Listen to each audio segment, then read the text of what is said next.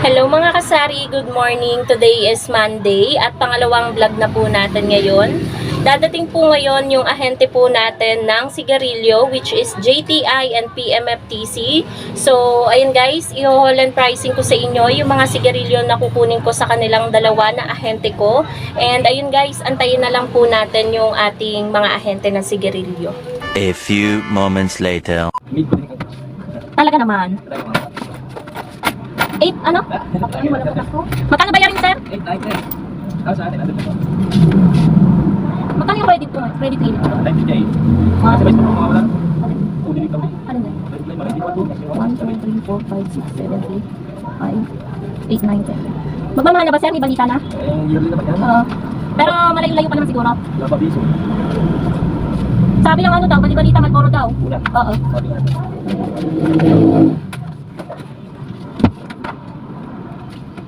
Sir, pwede bang ano? Yung Winston? Papalitan? Ano isa ba? Yung kinuha ko sa inyo lang, nung nakaraan. Di ba? Pwede yan mga sa balik ko. Bago naman yung itsura niya. Hindi, pwede yan. Mga susunod na pag hindi talaga ipapalaw. Wala talaga eh. Doon kasi sa akin, babawas na sa yan. Sa ano wala talaga. Siguro, wala talaga nabili. Kaya, ito kasi sa pwede dito talaga mas maganda. Pwede dito sa benta. Wala ka maganda. Wala ka lang. Ito lang mighty, hindi pa rin ubos. Isang ring pa, binibenta ko na lang ng ano, buy one take one. Oo, hindi naman problem natin sa kasbalik. Buy one take one to. Oo, sila. Kahit mabawi-bawi man lang ng konti. Yung real price sa yan. Yung Winston ano. Pwede susunod na balik. Sige. Ano ang kukunin ko? Camel na pula, Sabi yan. 5 ring. Kami na ito. 2 lang na mentol. Lights wala. Ay, hindi na. Marbles na green, 2. Hindi dito nagpipit ng lights. Hindi. Mentol at ano lang. Wala mo ng lights. Wala mo ng lights. Ba't may bumili isang bibigyan ng kape? Natapos saan? Wala kasi nabili na baka ng hindi. Oo, kahit isa. May red. Wala. Wala na rin nabili ng Mitre eh. May degree. May isang ring pa ako yung kinuha ko sa'yo. Tumumal din. Dito na mo. Ganun ko lang. Sige, mentol. Sabi nito. Sige, mentol. Isa lang. Bali tatlo. 3 tapos 5 pula. 2 marbles Tapos sila lang. na green. Bali ilang ring yun? 5, 8. Dalawa na ba? Bali 10 ring lahat ano? May some lights. Naku, wala rin. Wala na light. Yung last na ano ko yun. Wala ba daw? Bali. 11 tapos 1. Sabi lights.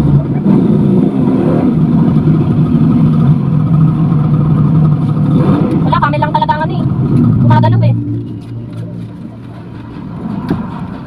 Ay tayo natin dahil lights. Wala tayo. Ang bilis ng ano no? February na agad. Lima. Tatlong camel menthol. Dalawang harvest. Wala pa kapit mo kayo sa Starbucks yan. Wala pa kayo. Salamat. Sige nga lang. Salamat. Gamot ba yan? Oo, pipigang lang. Para ko kasi kanina, lagi-init. Thank you. Salamat. Okay po mga kasari, dahil dumating na po ang JTI, mauna po nating i-haul and pricing sa inyo yung mga kinuha ko po kay JTI.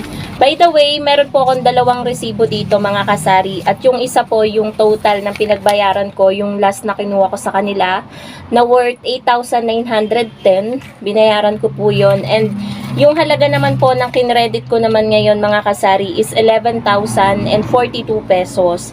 Medyo lumaki, dapat nasa 8,000 plus lang din. Nag-additional kasi ako mga kasari ng nag-additional ako ng 2 rim dahil ang taas pala ng credit limit ko, nasa 19,000 ang aking credit limit. And then meron din ako guys, pinapapalitan sana dahil wala na po akong customer sa Winston Red. Nagpapapalit ako nung kinuha ko kay sir dun sa aking agent ng isang rim. Sabi niya baka sa susunod na punta na lang, ileles na lang dun sa pagbabayaran ko yung ibabalik kong Winston Red.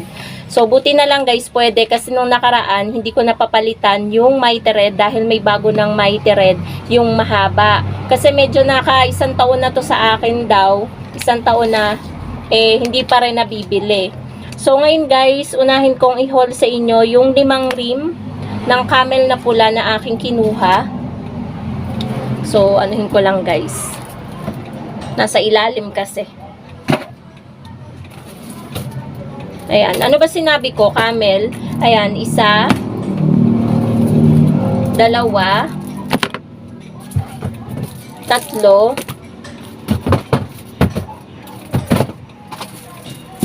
5, and 5. So, ito guys ay 5. Ayan. Dinagdagan ko dapat 4 na rim lang yung kukunin ko. Pero dahil, guys, sobrang mabenta talaga ang Camel dito. Actually, naubusan ako nito. Marami nang naghahanap na customer kanina. Umalis sila. Ayaw nila ng Chester na pula.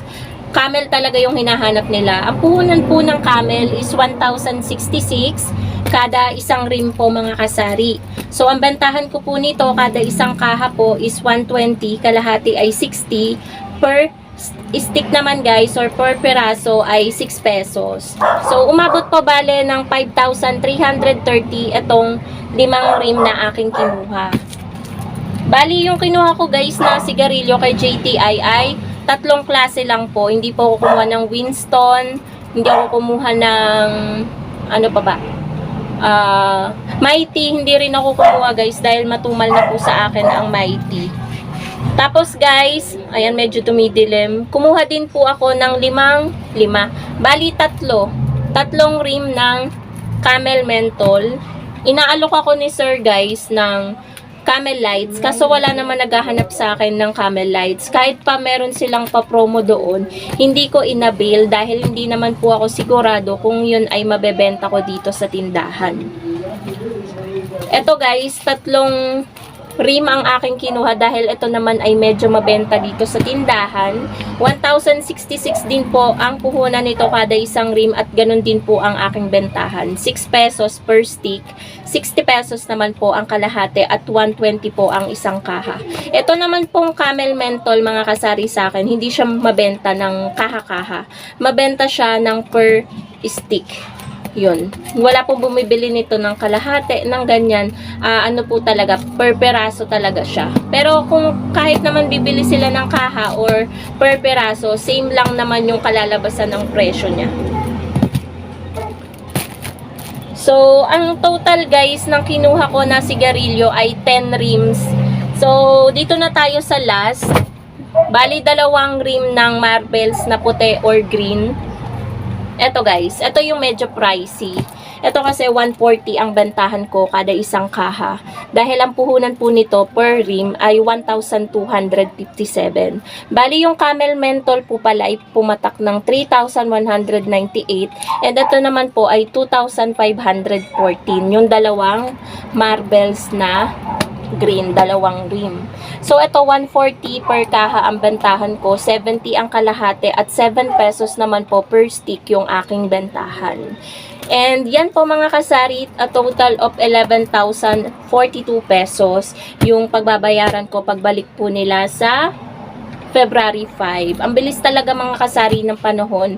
After 2 weeks, February 5 na agad. So, kailangan nating makaipon ng 11,000 pesos para pambayad ulit natin sa next na pagbalik ni JTI. So, ang inaantay na lang po natin mga kasari is PMFTC para maipakita ko din sa inyo yung konti lang naman na kukuhanin kong sigarilyo. And tinanong ko din pala yung agent ko dito, ayan, bago ko tapusin ang aking vlog, wala pa daw abiso sa kanila kung kailan magtataas ang JTI. Pero parang may idea sila na mauuna ang PMFTC na magtaas sa mga Marlboro.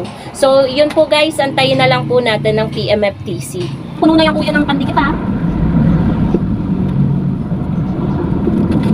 Sir, tapos na. Ang pinakukunin ko, nakukuha ng Marlboro. Ay, ano, kukuha ko ng Marlboro Black. 3 kaha, tapos 2 blue. Tapos Chester na pula, 2 green. Ilang muna? Tunay na sa'yo. Kasi yung kinuha ko na nakaraan nandito pa. Profit mo? Hindi ako nakuha ng profit. Wala nabili. Magtataas na kayo, no? Alam ko? Wala bang abiso? Wala pa. Pero bali-bali tayo na pag-uusapan daw. Mauna daw ang Marlboro. Mauna daw. Wala ka na yan.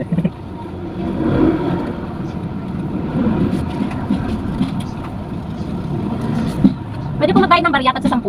Ano lang, mga 400 lang. Sabi na lang iba eh. Yung kayo sabi mo? Oh. Wala pa. Ngayong araw daw may magtataas. Kaya dami na tanong daw sa akin. Wala pa. Na ano ko nga lang din, kaya tinanong din kita. Maraming tanong na natin.